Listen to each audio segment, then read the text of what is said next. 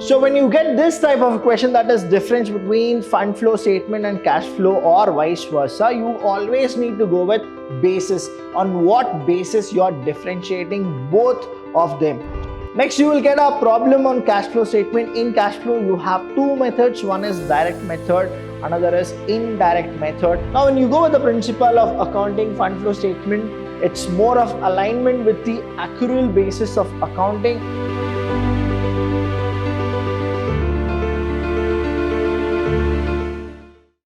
Hello everybody, a warm welcome to one and all. I'm Abhilash Chandra from the Department of Commerce and Management in Vidhyaashram First Grade College, the Temple of Excellence. Welcome to all the students for the fourth chapter, the sure shot. Now when we go with the sure shot, please do understand these are the questions which you people will get in your main examination. So what exactly the questions will be like? The first one here, whenever we go, the theory question is always a compulsory. So that is what the cash flow statement, the difference between the cash flow statement and fund flow statement, uses and limitations of cash flow as well as the fund flow statement. So concentrate more on the theory in this chapter than the problems. So when you get a question like this, that is the difference between cash flow statement and fund flow statement, this can be for a 10 marks. Next is uses and limitations of CFS and FFS. If you go with it, you may get this for 5 marks. So both the questions you prepare them for 10 marks. So who knows that if you get a question like this, you will be getting 10 on 10. So when you get this type of question, that is difference between fund flow statement and cash flow or vice versa, you always need to go with basis. On what basis you are differentiating both of them. So you write here fund flow or cash flow, anywhere you can go with it. The basis, the first one is what? On what basis will you analyze them? Now when you go with analysis, please do understand fund flow is broader, and when you go with the cash flow, it is more of narrow kind of a thing. So fund flow is what?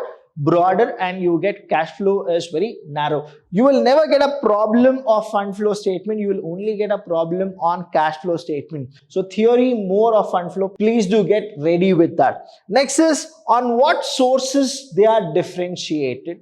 Next, when you go with that, please understand cash flow and the fund flow basis very easily.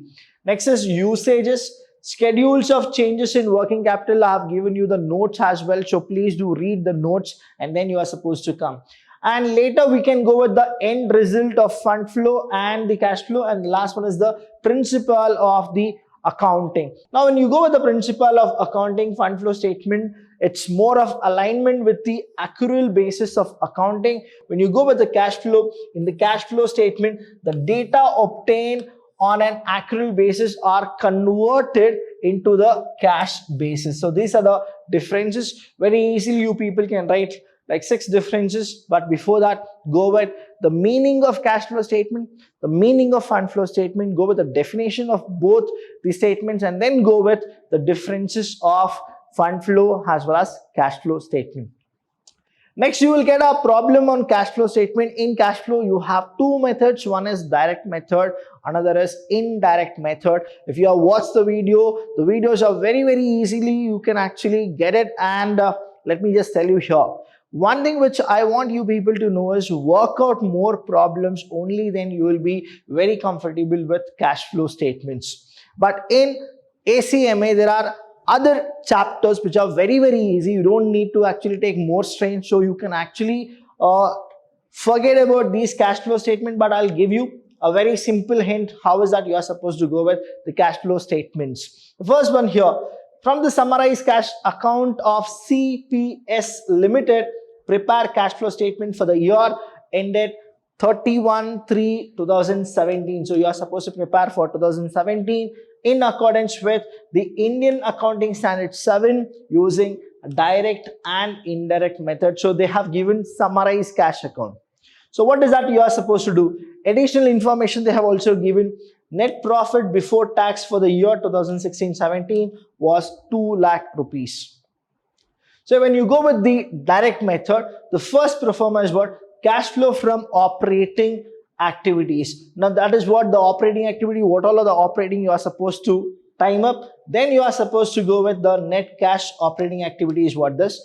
Next is what? investing activity. See, in this cash flow, we have three: operating, then we have investing, and the last one is financing. So you need to compute what is operating, what is investing, and what is financing, and then you will actually calculate everything. So that is what operating is A, then investing is B, and then you have financing, that is C. Now all this A plus B plus C, that is what you get here.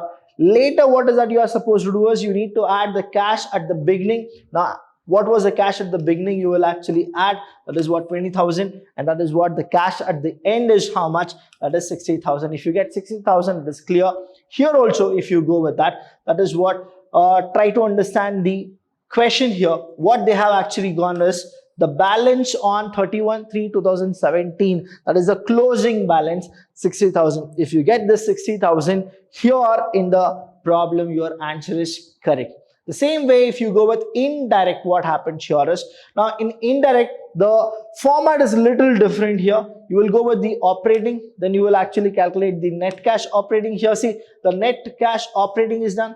Then you go with investing, you go with, after that, investing is financing. Then again, if you start calculating each and everything, you will get how much, 60,000 has the answer. That is how the indirect will also look like. So direct method or indirect method, you get the same answer.